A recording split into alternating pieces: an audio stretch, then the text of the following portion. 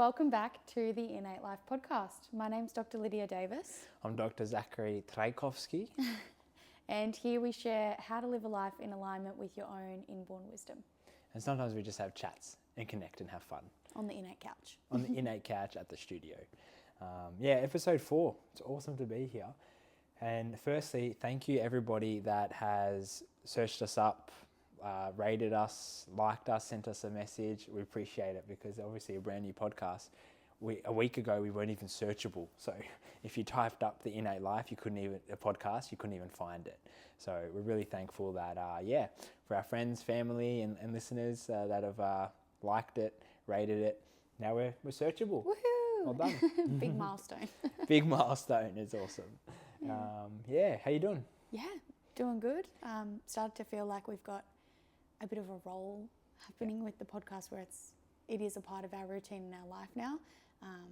And it certainly started out as like, let's just give it a go. Like, let's just try it out. So, well, I'm glad we just went for it and we were like, you know what, even if we don't have the best equipment, we don't have the best ideal places to do it, we're like, just stuff it, just do it. It feels nice though, having a bit, nicer mics, a bit of equipment, little scenery. It does make it feel a little bit more worth it as well, like really professional. For sure. But in a casual way, like not in a way where I feel like I'm uncomfortable, like I feel pretty comfy, which is great. Yeah, it's nice. So we had a few things we wanted to chat about today, but just want to ask how you're doing. Doing really good, yeah. I'm in a nice season of life. Excited for some more time off next week. Yeah. Just building a really nice routine. So feeling great. How are you feeling? I'm awesome. Feeling so excited for our new shifts. I think it's going to be great. Going down to one doc rather than both of us every shift is going to give us heaps of space. Space for our relationship, space for, I think, ourselves as well, to continue on our own journeys, like health-wise as well. Like when we work 7 shifts, I forget how crammed everything is in our life. So now just a bit more space to look after ourselves and really practice what we preach is going to be so important. Yep. I think. What are you going to spend your time doing that extra time? Look, now that I'm going to have a bit more time, I have to promise myself that I'm not going to fill it up with just work. I think I have all these cool ideas of, waking up early and getting my health routine started and working, but I think I need to carve out space and time to do nothing. And that way I can actually get my mind clear, my heart open, and then that way when I come back into a workspace, whether it be adjusting or even just on the computer, it's going to be great to be even more productive, I think. Yeah. What do you think the effect is of like if you were more in your heart from that? Yeah, I think I'm going to be able to feel more as well and feel from the heart rather than from the brain, because I think the working brain, the non-stop, go, is great, but you got to honour your innate wisdom to slow down and reset as well, right? And I think I've been heaps in the go, holidays, working, shifts.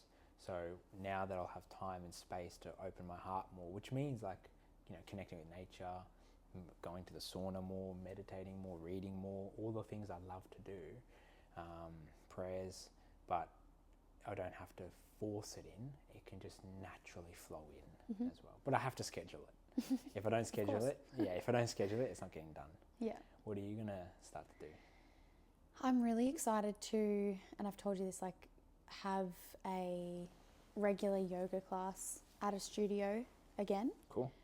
So I'm going to go check out Good Folk Yoga around here and just see what that's like and have a more regular routine with that. But I'm a little bit similar to you. I'll find if I definitely understand the importance of having time that's unscheduled and unplanned, where you just surrender to whatever is happening in that day. That's still going to be important for me.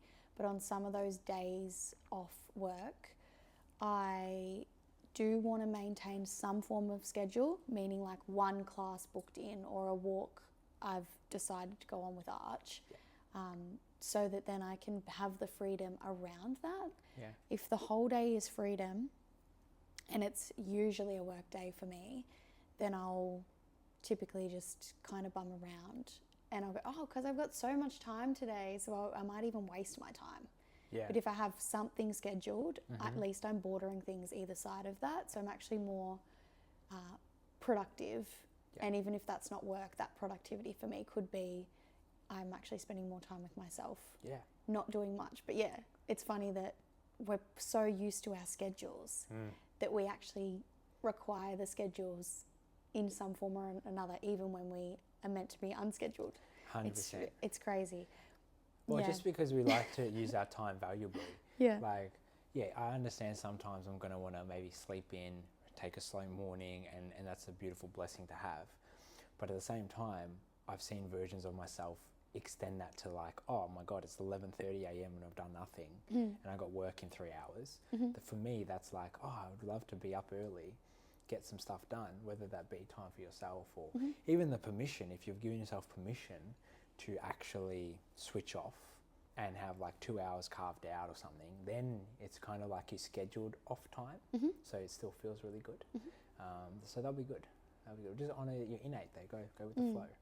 If your innate tells you to sleep in, sleep in.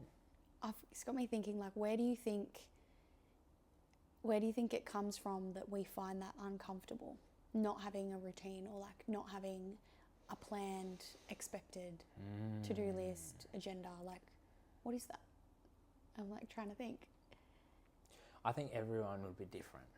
I think in a general sense, we're an overpopulated society. Sorry, overpopulated. Like, are you plotting world domination?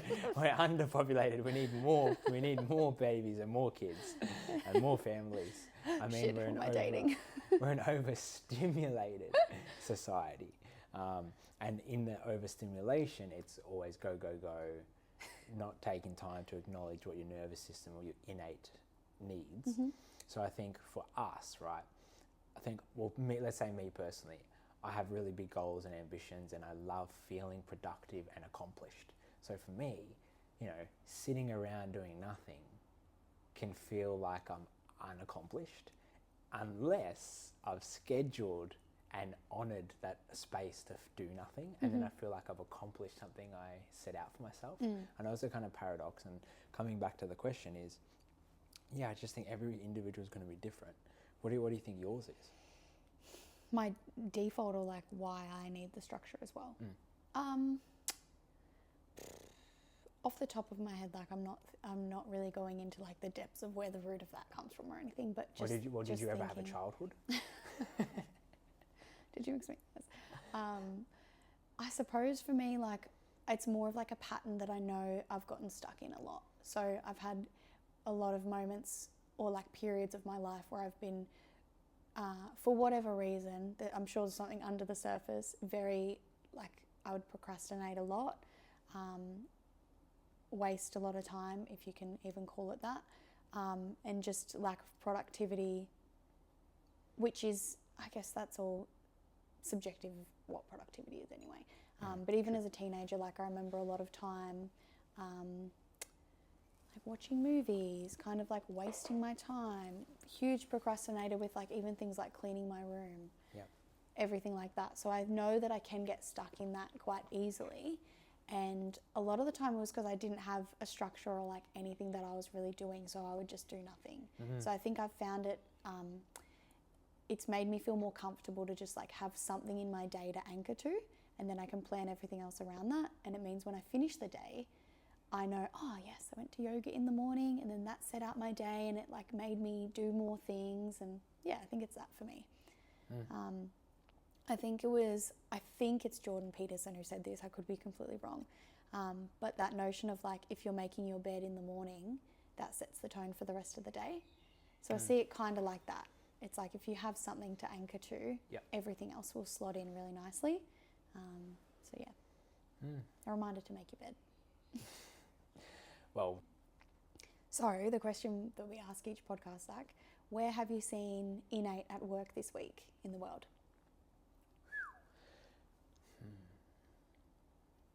I feel like I'm probably always going to go back to something I saw in the practice, because Innate is flowing in this practice. There's so much energy and force and life force.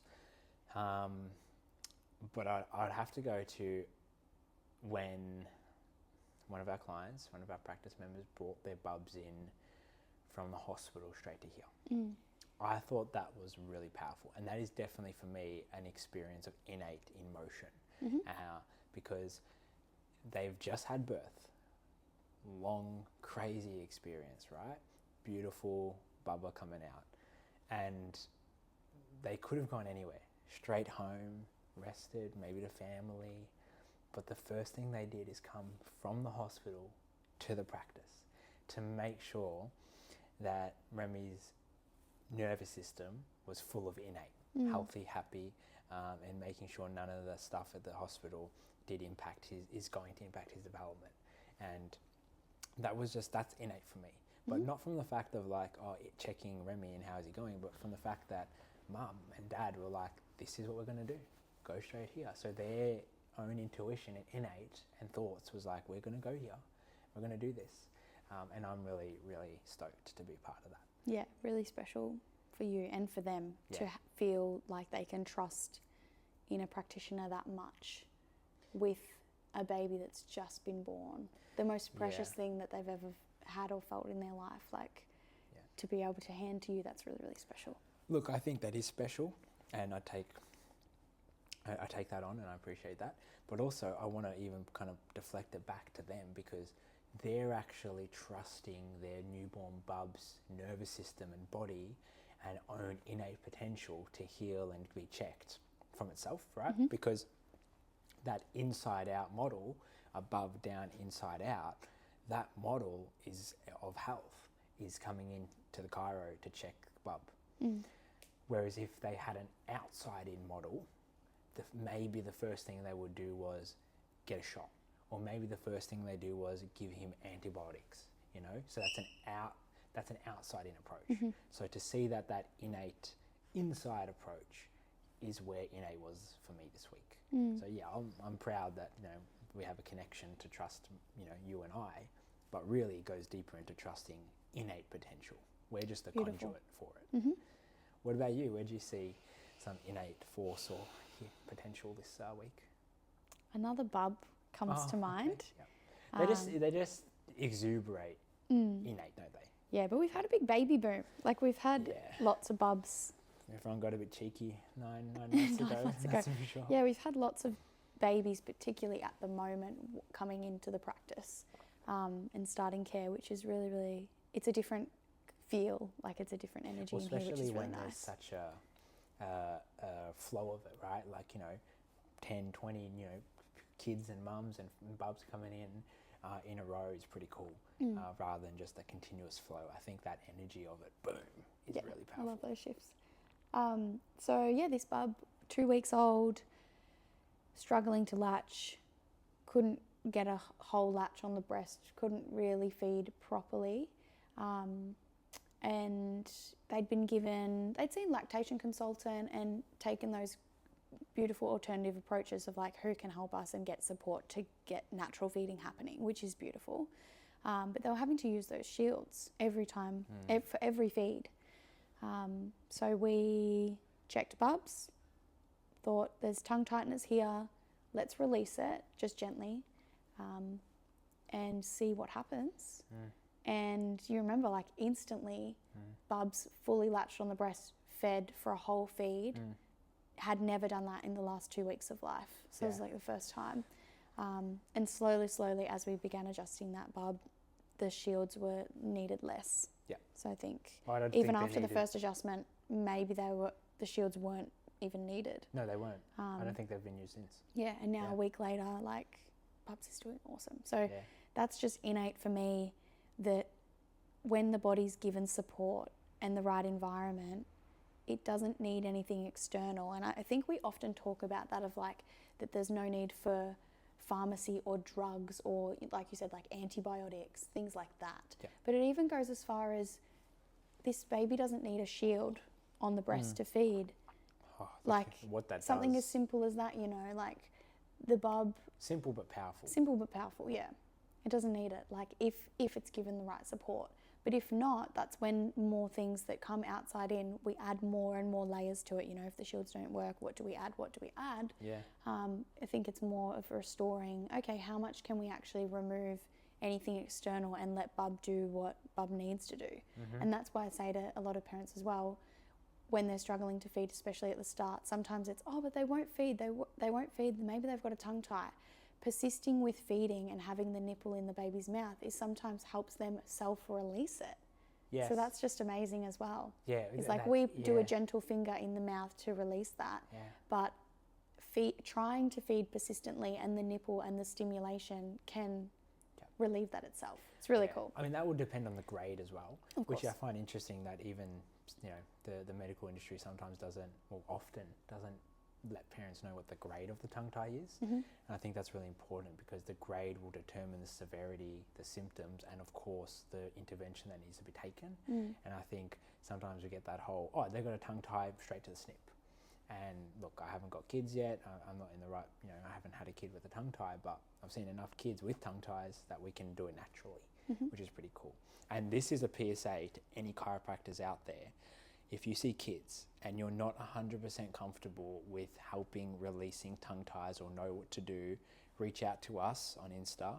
We've got resources we can help you with, the right people to point you in, or even just have a conversation of how we do it, because I think we know a tongue tie is a neural tube issue. It's a problem with the spinal cord and the development of the neural tube, except it's just happening up here rather than below like spina bifida. So we can help.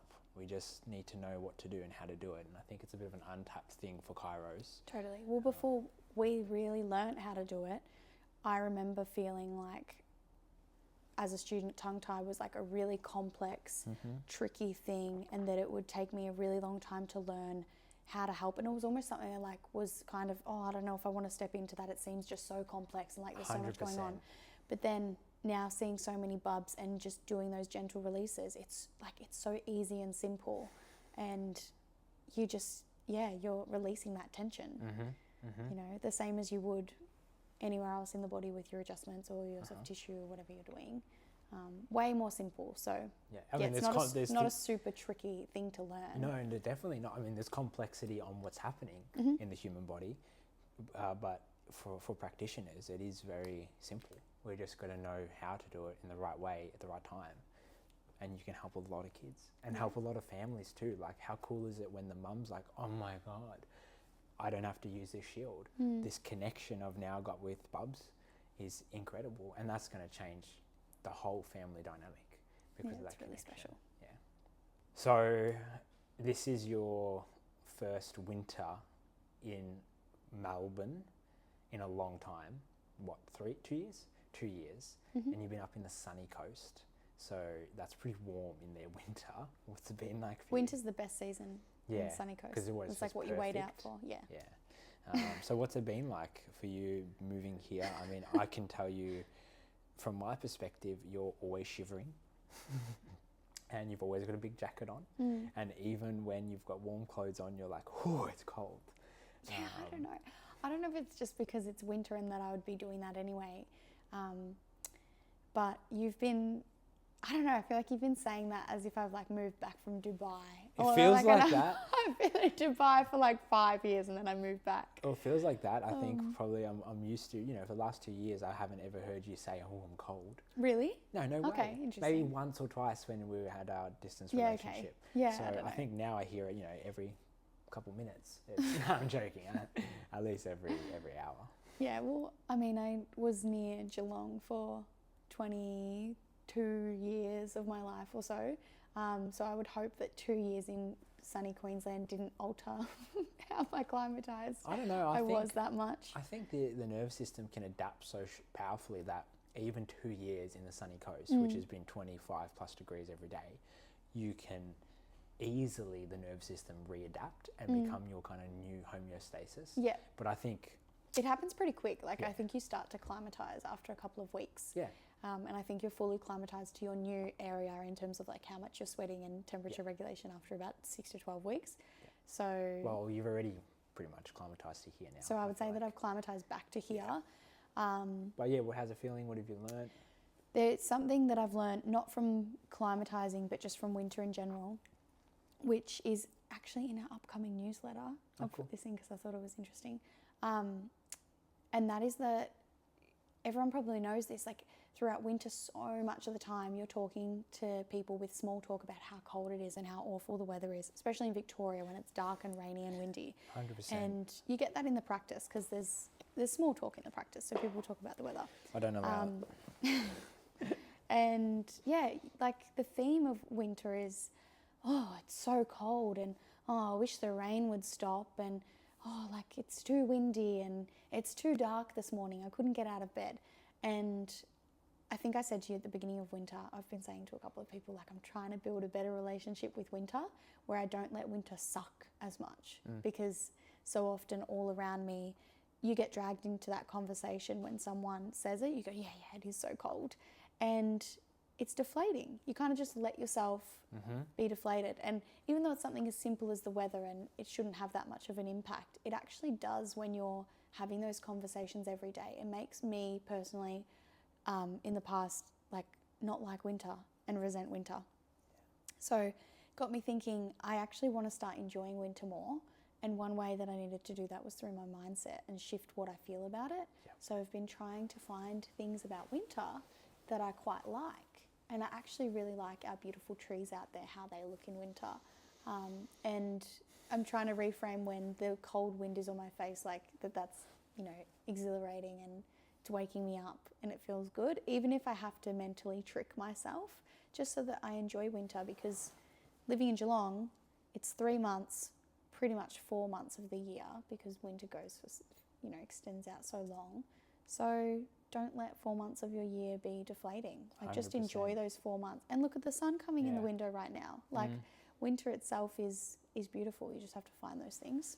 Yeah, that's beautiful. And I think I need to take that on, because it's so easy to shiver up and feel that. Because look, I get the sun brings out more positivity. I respect it. I understand it. Definitely does. But you have the power to change that.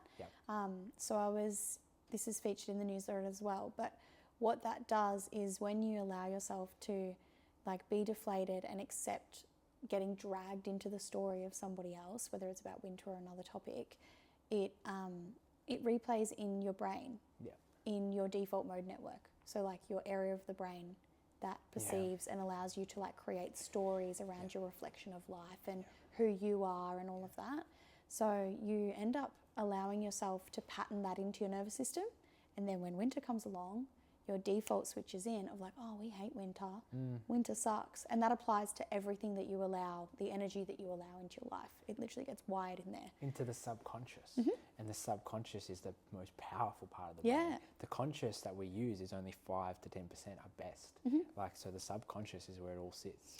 So yeah, that's me in winter. We're on a good spot at the moment. I wanted to ask you what you thought of that video that I sent you about the chiros who were kind of promoting themselves, saying that they want to discharge patients, and their goal is to get patients out of the practice quickly as possible, because we have a bit of a different belief on something like that, and I just wanted to get your thoughts.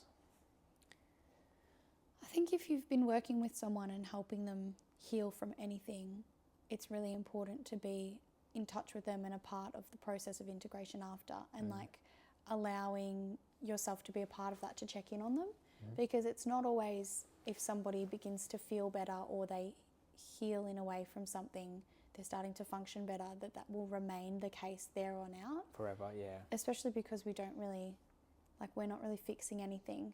We're just getting in touch with the system at different points of its journey, and if anything, helping it along that road a bit, but that road's going to continue, and there's going to be ups and downs and changes in that healing.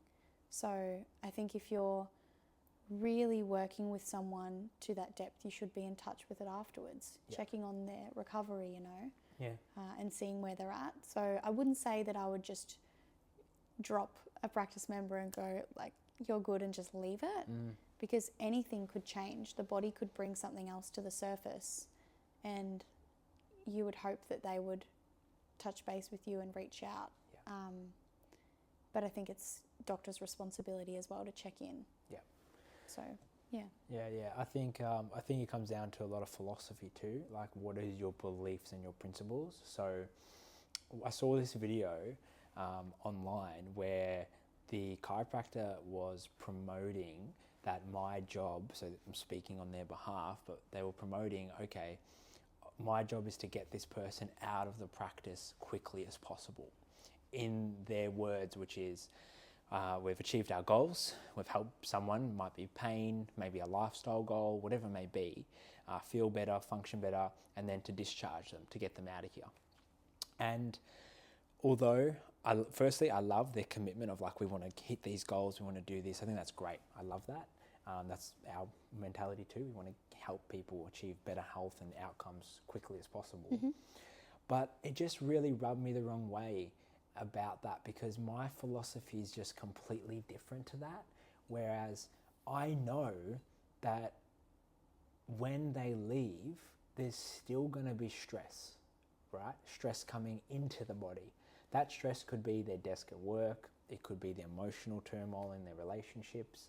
That stress could be that they fall, hurt themselves, or footy injuries, or whatever, sport injury, or whatever it may be. And I feel like, yeah, you hit their goals, you help them achieve an outcome, but there's still going to be stress, and the nervous system needs to actually be looked after and nurtured. And yeah, that may mean the goals change. So maybe we don't see you as frequently, or we see you less frequently, and we change the care being provided. But when I saw that, I just thought, are you practicing what you're preaching? Because I could almost guarantee, like from watching that video, those chiropractors, they looked healthy, they looked really fit. So I could tell that they probably go to the gym and look after their diet and their healthy lifestyle, not just, when there's a problem. They would have done it like daily or normally, right? So you got to apply that principle, I feel like, to your patients. Mm-hmm. Like, okay, your goals have changed, but now let's stay well. Let's keep you functioning well. Let's check up on you to make sure you're on the right path. Mm-hmm. Because I'm sure, you want to look after yourself long term too. So I just saw that, and I just wanted to it kind of caught me off guard, because my mentality is truly, okay, we help you achieve your goals, but what are your new goals, and how do we help maintain them? Mm-hmm. And it's just, I actually completely forgot that there's different value systems like that. Mm-hmm. And it's good to be reminded though of the difference, because it will help you reflect on if yours are solid to what you're trying to achieve and who you are. And there will always be differing philosophies and perspectives out there, but that's a really, really strong thing and a good thing, because if it was just one way, it wouldn't be a very nice world to live in. So there's a positive in it, but also remember that you're from the get-go, the way that you begin with clients is different as well. You're setting out, okay, what are your goals? And when they first come in, like I know for us, a lot of the time it is a pain or a problem that they're trying to heal from.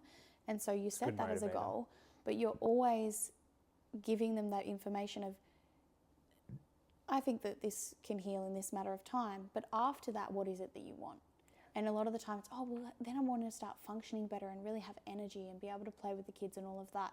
Okay, and then what do you want? So you're holding that vision for them a lot further, and that would be why also as they get to that point, they're like, Zach, now that I've achieved this, can you help me do X, Y, Z and move into that? And then it becomes more of their lifestyle of, as things come up, healing them and moving through it. Maybe that's not the way that other people work. I know that some people don't, and it is more, okay, well, let's help you heal from your low back pain. Yeah. And look, that's okay too, because, some people come to our practice and they're like, okay, I've got this, goal, and once it's achieved, my job has been done. And I respect it and understand it. Everyone's on their own journey. I just thought my philosophy was just, okay, well, if we've hit that goal, what's your next and bigger goal? And how do we support the stress on your body through that as well? So yeah, I'm glad what we do. Plenty of people that want that as well. 100%. And they're here, so. Yeah, and that's the beauty about chiro. There's so many different chiropractors that for every different type of person, there's going to be the chiro that fits them best. I'm not everybody's cup of tea, and I understand that. And there's going to be some people that want other things to what I can offer them, which is great. Because I realize if there's other chiropractors doing different things, then that's awesome, because that person that's attracted to that type of chiropractic is going to receive chiropractic. If they didn't like me, then that's it. They're never going to have a chiropractic adjustment and help restore that nervous system function at such an amazing rate through chiro. So yeah, thanks for that. Nice to see the light in it. Yeah, 100%. Yeah, I just obviously want the best for all the patients and practice members. Yeah, nice chat. Very good. I like the new couch. Yeah, I think it's cool. Area. Feels really nice. It's a nice setup, and yeah, I want to be able to just free flow and feel comfy. And so, Lyd, could you please invite the practice members and people of Geelong to your classes that are coming up? Because of course. I'm pretty excited for these. Yes, so we have some innate integration classes coming up. The first one is Friday, July 13th. It is the innate regulation workshop. So here you'll learn the different states of your nervous system and how they shift, and also some powerful tools to take home with you in terms of meditation, breath work, and mindfulness to actually shift yourself out of either sympathetic dominance, fight or flight, shift yourself into rest, digest, and repair in the parasympathetic tone. So really powerful workshop. I'm very excited for it. It's our first one, so it's going to be free. After that, our integration classes do have a cost, so this is definitely the one that people want to make it to. Anyone's welcome to come along, whether you're a practice member or you're just from Geelong Public. We'd love to have you there. Yeah, Beautiful. That's going to be interesting. Fun, sorry. Yeah. But I'm very interested because we're going to be doing, one advanced workshop every month. Yep. And you're going to be leading those and facilitating those and giving people the opportunity to go deeper with some of their maybe releases, because in the practice you can go pretty deep, but here, it's going to be awesome. Sometimes you do need that extra time to just melt into that. And we noticed that with our spinal and soul activation night, where we combined adjustments and energy work with a deep 3-hour breathwork session. And there was a lot of clients who came along to that where we were meeting blocks in their adjustments on the tables, trying to move through these patterns. And they came to that night, and then when they returned to the adjusting table and their regular schedule was completely different, they were able to move through. So now we've created that series called Innate Integration Classes for that reason. So pretty excited. Yeah, well, thank you for joining us on our episode today. My name's Dr. Zachary Tchaikovsky. My name's Dr. Lydia Davis. And we just ask if you enjoyed it, if you liked it, got something out of it. We just ask, a 5-star rating on Spotify or a like on YouTube, just to help the algorithm process and come up when you search us. We don't do ads or anything like that. We're just having convo. So your little bit of feedback really goes a long way. Thank you for listening. Yeah, see you in the next one.